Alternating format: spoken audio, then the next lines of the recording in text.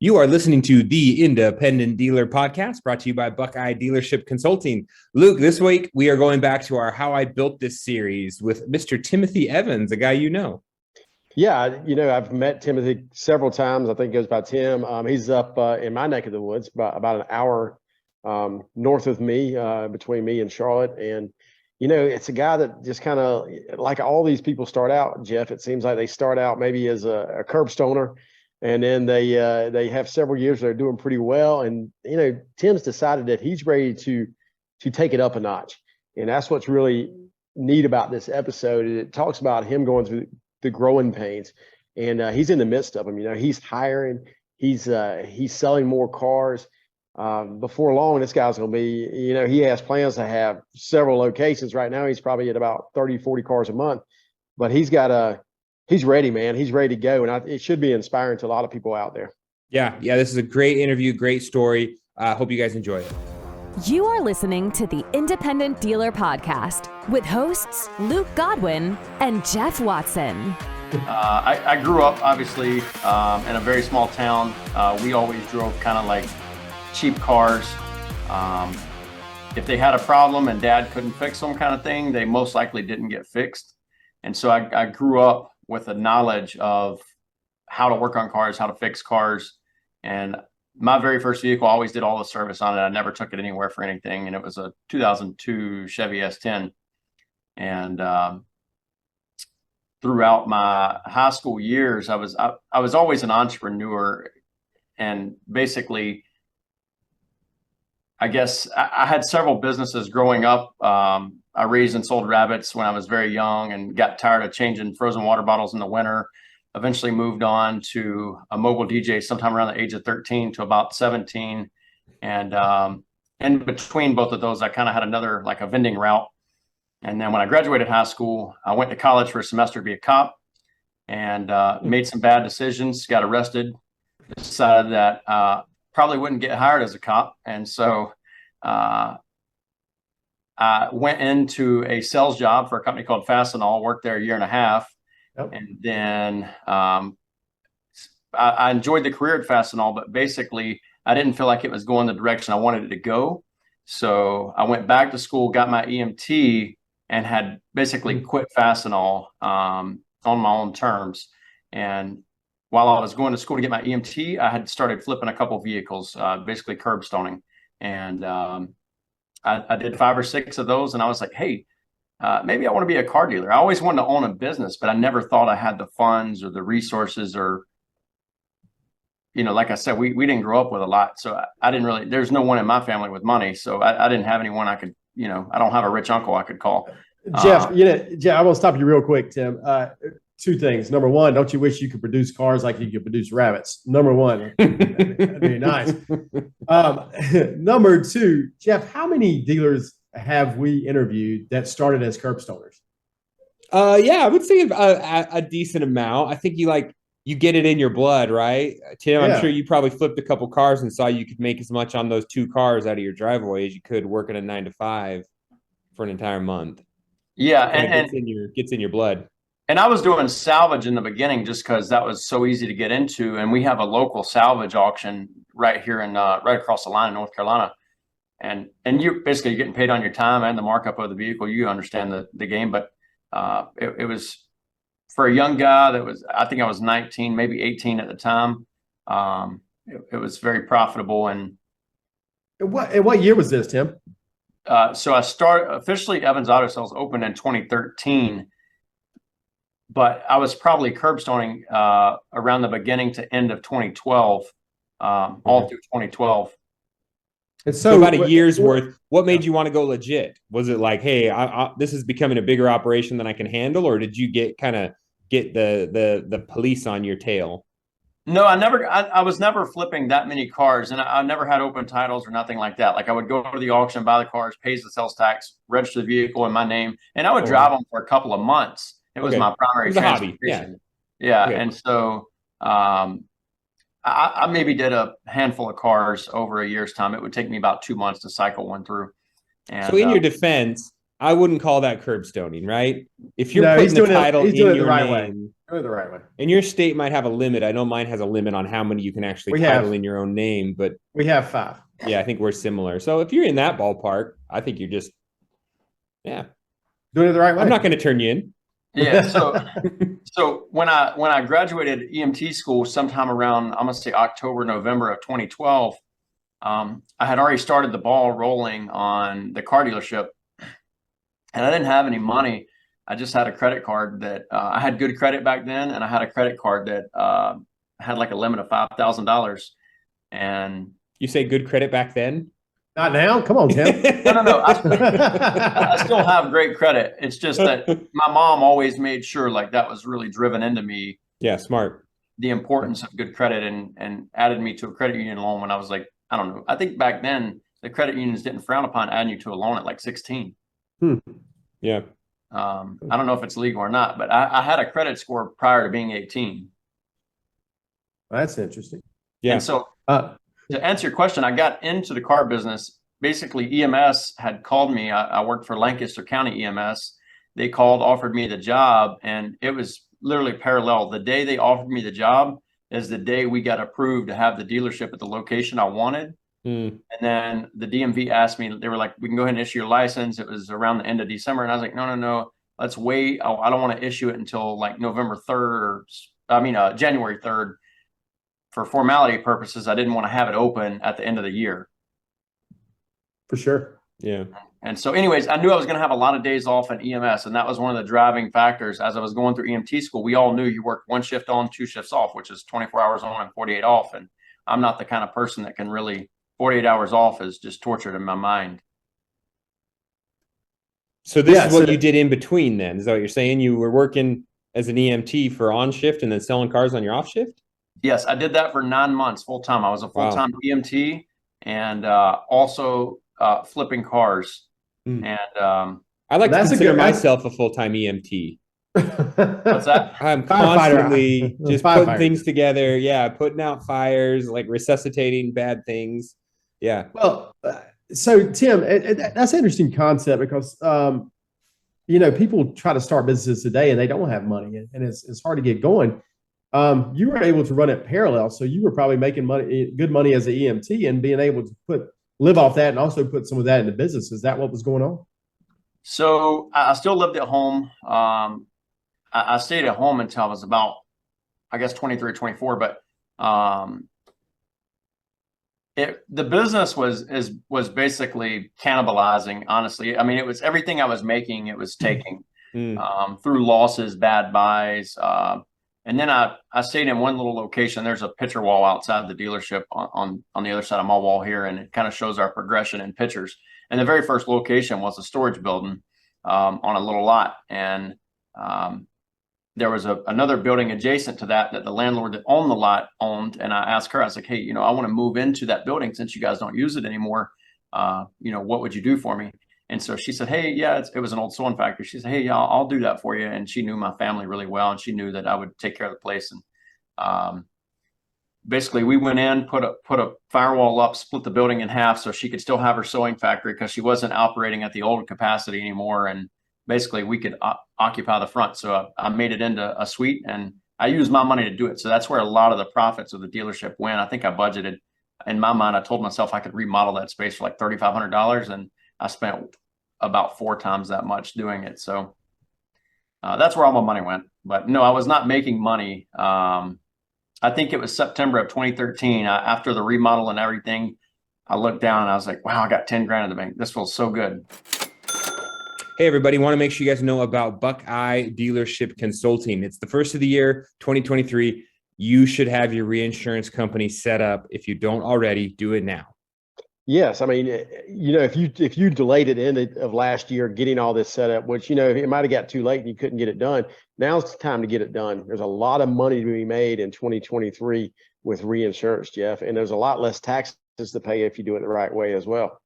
Yeah, that's what I'm hoping. I haven't done my taxes yet. You guys know this episode probably airs in mid-January, but I'm looking forward to seeing some tax savings from my reinsurance company. Not that I'm made it really any money in 2022, but the little bit that I did make, is hopefully going to be kind of wiped out by that reinsurance company. So it's a great way to reduce that tax burden and cover your cars. So reinsurance, give the guys at Buckeye a call.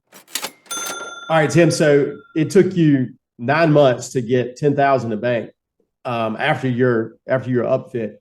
You would think that we'd have a little more in the bank after 9 months. I mean, walk us through where it was going, especially if you're in a retail deal. Buy here, pay here, you won't have any money in the bank. Was it all bad buys? I wouldn't say it was all bad buys, but I don't think I understood my worth. Like one of the very first vehicles I bought was a 2004-ish, 5, somewhere in that range, Ford Escape. And I didn't know anything about the auction. I walked into Odessa, Charlotte, thinking it was going to be like Cherokee Auto Auction in Kings Mountain. And the very first vehicle I bought, I paid $4,500 for from an independent dealer. Didn't know the difference between the independent lane and the bank lane, and paid $4,500, drove it out the gate, and the transmission was completely gone. And so immediately, I didn't know what to do. Never had been on the mechanical side of recon, like engines, transmissions. I was always on the bodywork side of it. I knew how to do brakes and repair items, but I sold that vehicle. We just turned around, drove it back to Charlotte, and it sold the next week for $2,000. I instantly lost $2,500. And like I said, I started it with a credit card, and so it was a lot, really. There were losses, but then even when I was making money, my markup was only like $500 to $700 on a car, so I could turn them really quickly. Because somewhere around June of 2013, I got a floor plan because I knew that I didn't have enough money to make the turns happen fast enough to sustain the business. Do you feel like looking back, is getting the floor plan a good idea? Do you feel like that helped you, or did that? Because sometimes they talk about the cost of floor planning being detrimental, even though it might help you floor more cars. It is kind of a bit of a burden at times.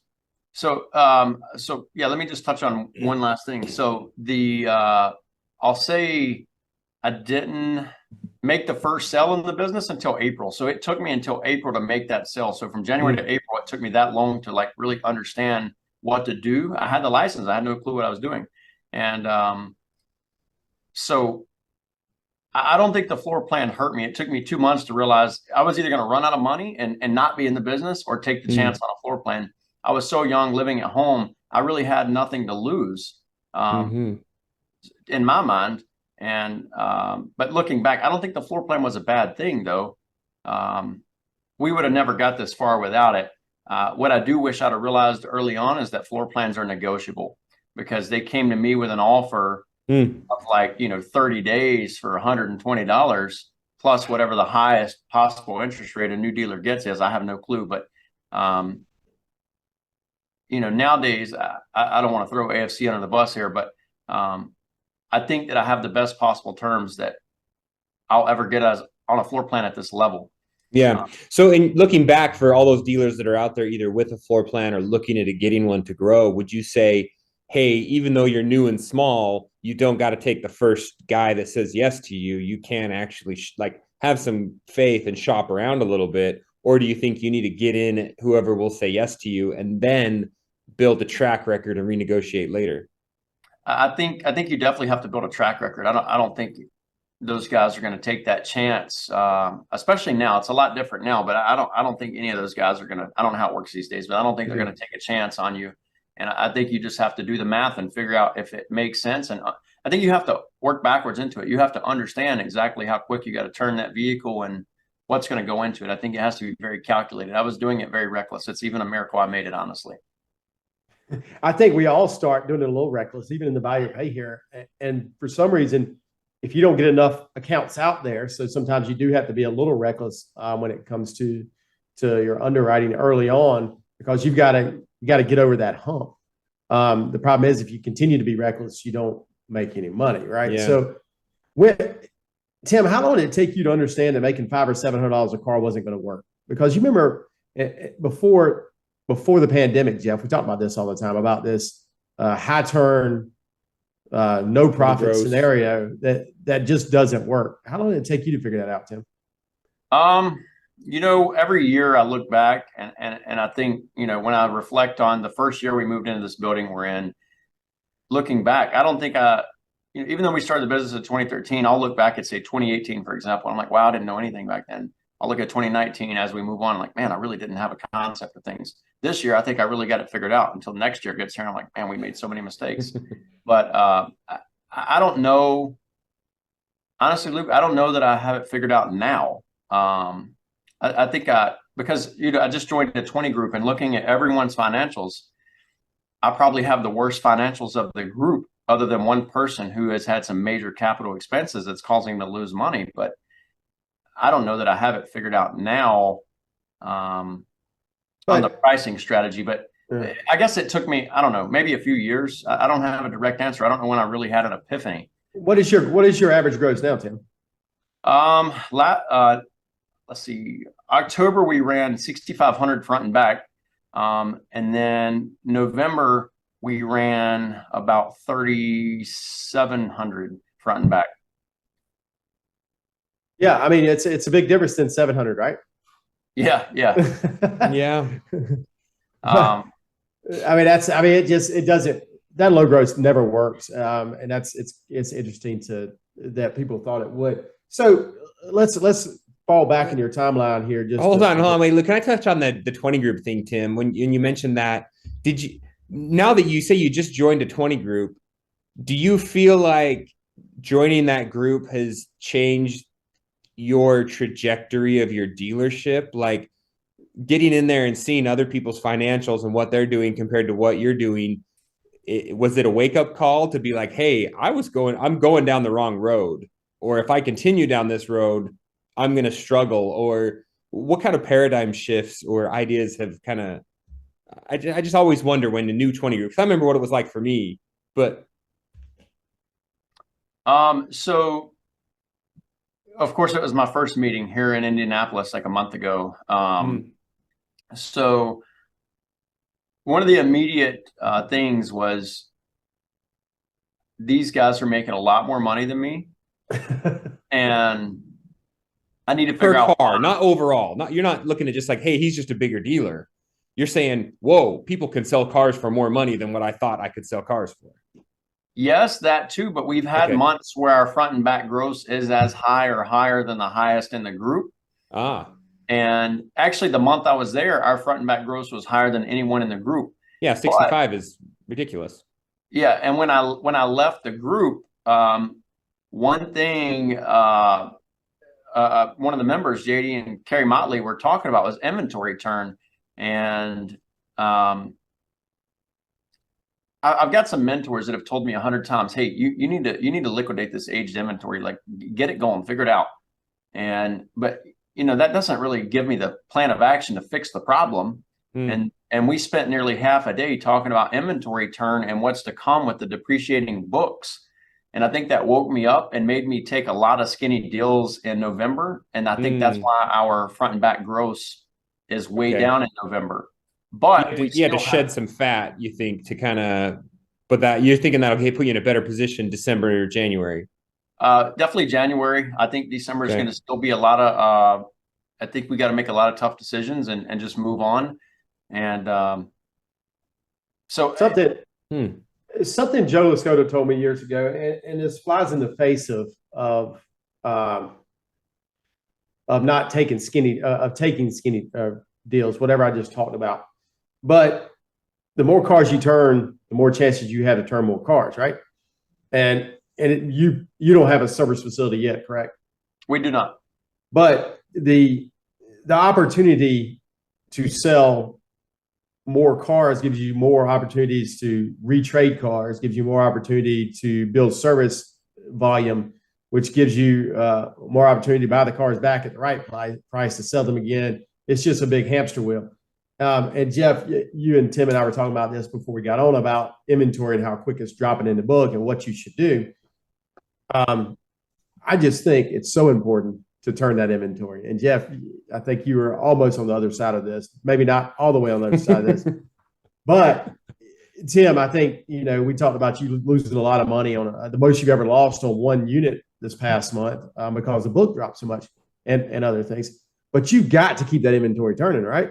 Isn't that what you're learning from sitting in this 20 group session? Yeah, I agree. You have to keep the inventory turning. I think um, I think I got lazy, or just maybe not lazy, but I think I wasn't focusing on inventory turn. I wasn't repricing to make the algorithms pick the vehicle back up again, to send out the emails to the people that have saved the listing. Yeah, I think it's important. I'm not one of those people that are gonna. I'll probably be a little stubborn in the first 45 days, honestly. I don't. And I think you might should be if you got the right unit, right? Right. And that's how I feel. And if we don't have the right unit, we send it back. I mean, that's just who we are. All right, Jeff, another new advertiser. We talked about this, a great supporter of our industry, a supporter of the podcast, Promenade. It's not a product that you and I use, but I can tell you there are a lot of dealers out there that need access to money and need the backing like a Promenade, right? Yeah. Yeah. It's a great place to go and talk to guys that know what it's like, right? I mean, they shoot everyone straight. You see them at every convention, every get together. They're always there and they give you unbiased advice. That's what I like about these guys. I've never heard bad information. I've never heard someone talk bad about them, like they got stuck or got had some clause that wasn't explained. Like these guys shoot you straight. They do. And I tell you, we did an episode a while back where their CFO talked about the pitfalls where people can get out of business. And Jeff, you probably don't know what episode number that is right off the top of your head. No, do not. But you should go back, find it. It was very enlightening. And I think what they do to help the dealer out is more than just lend them money. They actually get them on the right path and get all their books straight, right? Yep. All right, back to the episode. Jeff, let's hop back in this timeline. Tim, you were in a storage unit. Then you moved next door and you did a little remodel. Where are you now? Have you moved more times? So we moved a total of 3 times. The first 3 locations were all rented. The location we're in now, I purchased in 2018. It was an old hardware store. It was built in the mid 80s. But so the first location was the storage building. The second location was an old sewing factory that we kind of suited up and made our home there for a year. And within a year, I had outgrown it. And we were looking for another place and looked at a couple places, didn't succeed, and then finally settled on a place in Hickory Grove, South Carolina, which is my hometown. And we were there for 4 years until I purchased this building. Did you have issues? Did you have issues moving? Do you feel like you lost your customer base, or did they follow you? Did you have to rebuild every time? No, I don't. We definitely didn't lose anything. And in fact, it was really scary because once again, I thought the remodel, I had budgeted about $75,000 for the remodel. We spent $150,000. Like, I don't know that you could have Just burned double it. faster. Always double it. Yeah. So I've learned that now.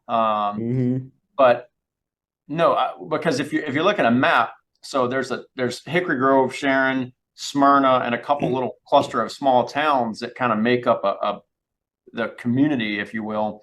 And everyone travels to York, which is where I'm at now, to basically do any kind of day-to-day shopping. We don't have malls in York, but we have your necessities, pharmacies, Lowe's, home improvement, that sort of thing. So those people already have to come to where I'm at anyways.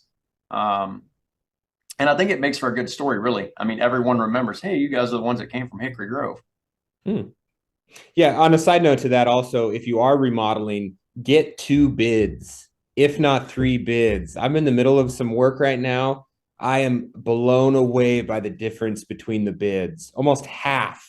Like, yeah, but I have saved half on these, man. It's insane what is going on out there right now. I did everything myself. So they're really, I mean, with the exception to like the roof and some electrical and things like that, I did mostly everything myself. Of course, because we're car dealers. It's best for us to be out there. So Tim, what year did you move to this location? 2018. We purchased it in July of 2018, and then we formally moved in here November 15th of 2018. I've moved locations before, so I understand. We only moved right down the street, so not like what you're talking about. What type of increase in car sales did you see immediately from moving into your new facility? So the one thing I hated in our old facility is we had no walk-in traffic whatsoever. It was all internet based, and we're an hour from Charlotte in the old location, and an hour and a half from Lexington, Columbia, hour and a half from Greenville, Spartanburg. So it wasn't close to anything. We're on a major road. So the first November, December was off the charts. In fact, I was scared I was going to go bankrupt because of how much money I had to spend on the remodel, and I didn't have it. So November, December was very pivotal. I mean, it just replenished my bank account. And half of the business was walk-in traffic, and that instantly sold me like, hey, this was the right decision. That was the I guess the reassurance or clarification that assured me that I made the right decision. That's interesting. I think the move we did is the same way. I mean, not that sales doubled, but they almost doubled the first and second month we were here, and it reassured that spending that $300,000, $400,000, $500,000, whatever it is you got to spend, makes sense. Yeah, and to that point, Luke, so people who have been in their established location for 5, 10, 15, 20 years, and you don't plan on moving or you can't move, because I get like the new shiny thing gets the attention, right? Like if you're a new dealer plopped into a neighborhood, all of a sudden people notice you, maybe they see your cars, and then after a few years they kind of go eye blind to even driving by daily. So I would argue that's the argument for having more capital improvements, and putting money aside to say, hey, I need to resurface my parking lot, I need to redo my lighting, I need to redo my landscaping, I need to paint the building. I think it's those capacity. eye catchers. I think it's capacity too, Jeff. What we saw is when we moved, we got more square footage, and so we could hire more people to press the issue. And Tim, I'm friends with you on Facebook, and I noticed that you've been on a hiring frenzy. We're in the middle of another one right now. Yeah, I mean, lead us through how that happened and how you've kind of grown to where you are now. So a little bit of backstory here. So November of 2019 or October, somewhere around the last quarter, Sean Bradley invites me to Houston to an event. And at that time I had one salesperson, one detailer, and myself, and neither are with me anymore. We're still friends, but they've moved on to do better things or bigger things in their lives. And that's not a weird setup for an independent dealer, right? I mean, that's pretty typical. Not at all. And in fact, you can be very profitable like that with not a lot of problems, but you're also very vulnerable to sickness and family issues. And, I don't like it. I'll never do it again. I can tell you that. Well, I don't want to say never, but if I have anything to do with it, it won't be that way. Anyways, when I went to Sean Bradley's event in Houston, that really opened my eyes to a lot of things. And then COVID hit. And when COVID hit, I had different staff than I had when I went to Sean Bradley's event. And I think I was on a growth scale, and I was going to a place that the people that were with me at the time weren't ready to go.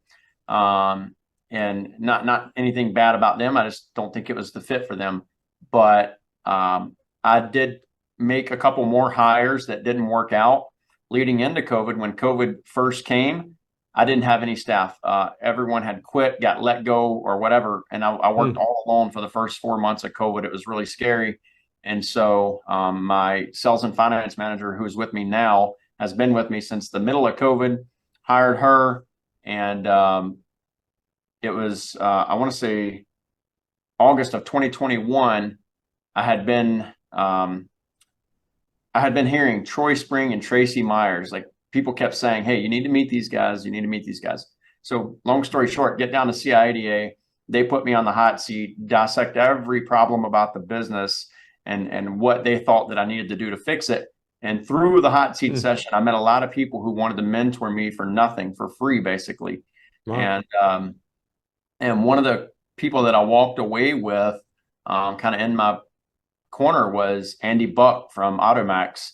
And the overwhelming feedback to me was that you need to hire people. You don't have enough people. And it wasn't a money issue. We had the money. I don't know why. Just no one ever told me. I didn't know that I needed to hire people.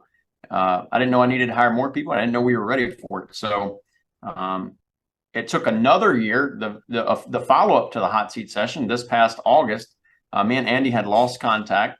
And when I seen him again in August, I said, well, I'm ready. I need your help. We're ready to hire some people. So we built 3 new workstations for salespeople, new computers, monitors, the whole thing. And we instantly hired, using Automax and Andy, and redesigning our hiring process. We hired 4 people.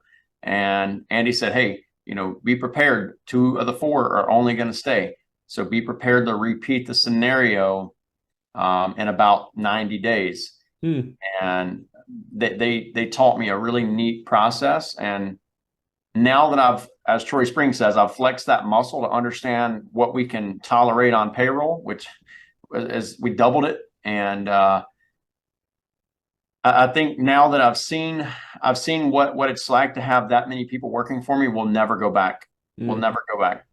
So how many employees are you at now, and where are you trying to, where do you want to go?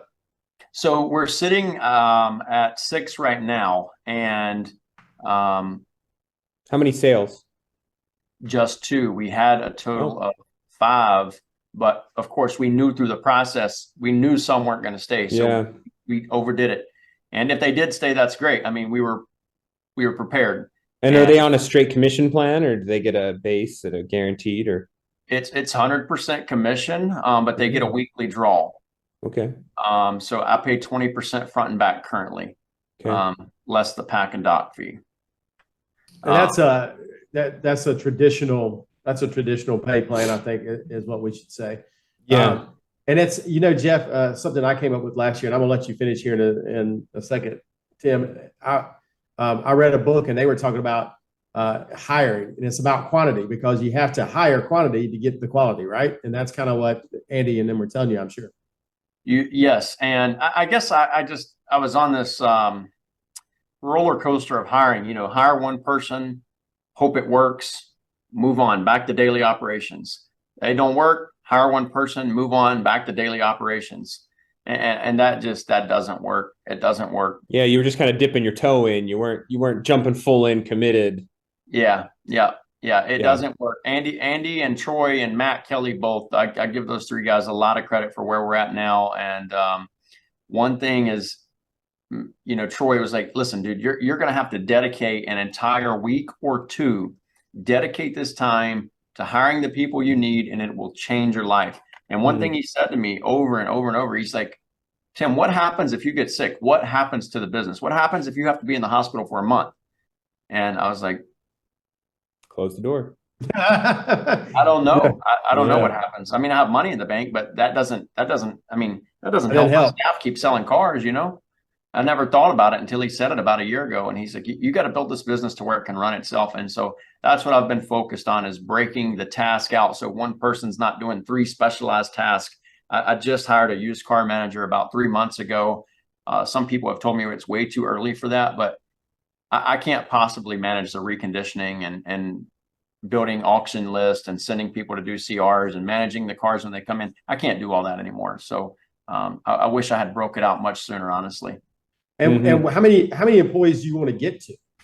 So I don't think there's a limit, Luke. I have this, don't hate me, but I have this whole regional goal in mind. I would really like to have dealerships, at least at this point in my life. I think I want a few, and I think I want them spread out throughout the Carolinas and maybe Georgia. I feel like it's possible. It takes a pile of money to get there. And that's where I'm at today. Ask me next year. I might have a goal in mind. Yeah, Luke, he's bright-eyed, bushy-tailed. He's got a full head of hair, and it's all the right color. So he's hey man, he's ready to roll. If you want to come to Columbia and knock yourself out, I never worry about competition. I think it's fun. I know a little mom and pop dealership that might be for sale in the next couple of years. You want to be in some buy here, pay here business? Anyway. So I did buy here, pay here in the very, very beginning years. And when I finally got out of it, I said, I'll never go back. Oh, come on. Tim, so give us, maybe to wrap this up with the last couple of minutes we have with you, any other words of wisdom for dealers that are in your place or that are maybe struggling to make the hop from the single owner operator because to that defense, there are a lot of dealers out there that are doing just fine. Them and their wife, them and their buddy, they sell 10 to 20 cars a month or 30 or 40, who knows, and they do just fine. But then there's guys like you that say, hey, you know what? I don't want to have to shut this place down when I go on vacation, or if I get sick, or if I just want a day off. Any advice for dealers that might want to be more like you? Yeah, I think so. I think you said it great. They have to first decide where they want to be, because, a lot of people look at me and say, I want to be there, without understanding what that really means. I don't think shutting your business down and going on vacation is such a bad thing, because when you're gone, that it's going to be just the way you left it. Unless someone burns the place down or something, but,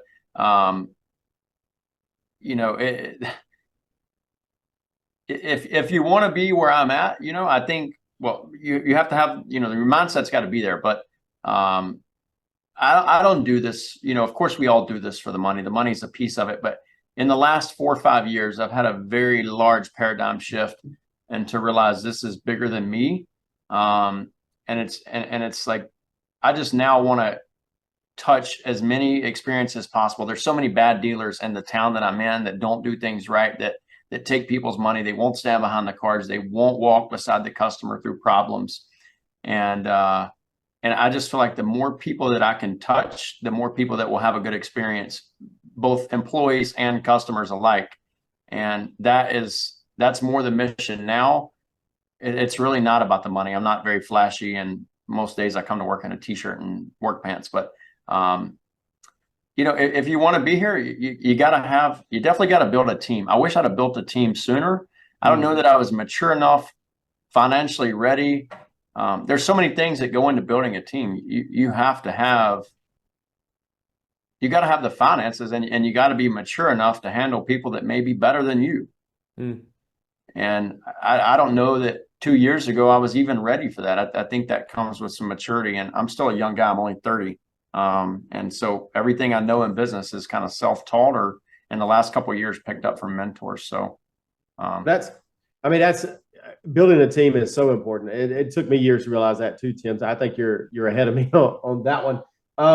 So we're leading into the new year here. What's your sales goal for next year, for each month? I'm very guilty of not writing down goals and saying, hey, this is where I really want to be. I told myself when we went into this round of hiring back in August, I said, I want to be at 30 by October, because we had never touched 30 before. And I want to be at 40 for November and 50 for December. And I knew that was a strong goal to get to. It's more than just salespeople. It's got to happen on the buying side. You got to have the money to recondition all those cars. It's multifaceted, but as both of you guys know, but I think we need to get to 50 units with where the dealership is set up right now. We have a total of 4 workstations for sales. We just completed a sales and finance office that is totally shut off from, customer conversations and employee conversations. And I wish we'd have done it a long time ago, but I don't know that we had the money to do it a long time ago. So the way it's set up now, I think we need to get to 50 cars a month. And I think that sets us up for the next phase really well. Well, that's a great goal, Jeff. I know that's my goal has always been 40, and it seems like pushing from 30 to 40 has been always some of the hardest things to do. And I think most of it's because of recon. Jeff, you're kind of in the same boat, right? Yeah, but and I think to put a pin in it for Tim is he went to these conventions, these conferences, and he met with some dealers that just helped shift his whole paradigm, right? Yep. Tim was like, oh, I'm a single man operator. I'm going to hire one guy to maybe do some of the stuff I don't want to do. But now it sounds like Tim's saying, hey, here are my goals. I want to be a 50-car lot. I've got the footprint for it. I've got the sales desks. I've got the shop. I've got the size of lot. I've got the money to do it. Now that I've got a game plan, I'm going to take the drastic steps to just shift my paradigm. Like, I can be a 50-car a month car lot. I don't have to be a 20. I'm going to get there. And this is the steps I'm taking to make that happen. He built the capacity, and now the capacity is waiting on to come. And Tim, you're going to make it, buddy. I'm going to come over there and visit you here soon. Yeah, stop on in. But, if I have to point to one thing, I got a younger friend who used to be an employee of mine down in Chester, South Carolina, running a small little dealership. And he's, having all the challenges that I had coming up. And I tell him all the time, like, man, the one thing you got, Alex, that I didn't have, it took me 7 years to find someone that was willing to mentor me or tell me you need to go to a conference or do something. I wish I had found conferences in year one. I wish I had known about the CIADA in year one. I didn't know who the CIADA was until year 8. Yeah. Maybe I heard the name, but it wasn't the message wasn't reaching me about what they do and how they help us. And that exposed me to a lot of other things. Yep, I totally agree with that. So true. Get involved, reach out, find a mentor. They're out there. That's for sure. And for me, it's not for me. I love to help. It's just, for me, I just want to give back. I want other people to experience what I've experienced. And so I'm willing to mentor the right people who are willing to listen. Yeah. Tim, we appreciate your time. This has been fun. It's great to hear that story. And we really look forward. We're definitely going to have to check in again, I think, at the end of 2023 and 2024 and see how you're doing. So it's exciting. Yeah. I hope we'll be building a brand new dealership by then. That's the goal. We're broke up right now. We need a service facility. I think that has to come on site. That has to be part of the process. Right now, we're subbing a lot of work out. We're subbing everything out, and it's very expensive. Yeah. Well, thanks, Tim. We appreciate it. Yep. Yeah, guys. Thank you for having me. Dealers helping dealers. Please leave us a review and subscribe. The Independent Dealer Podcast.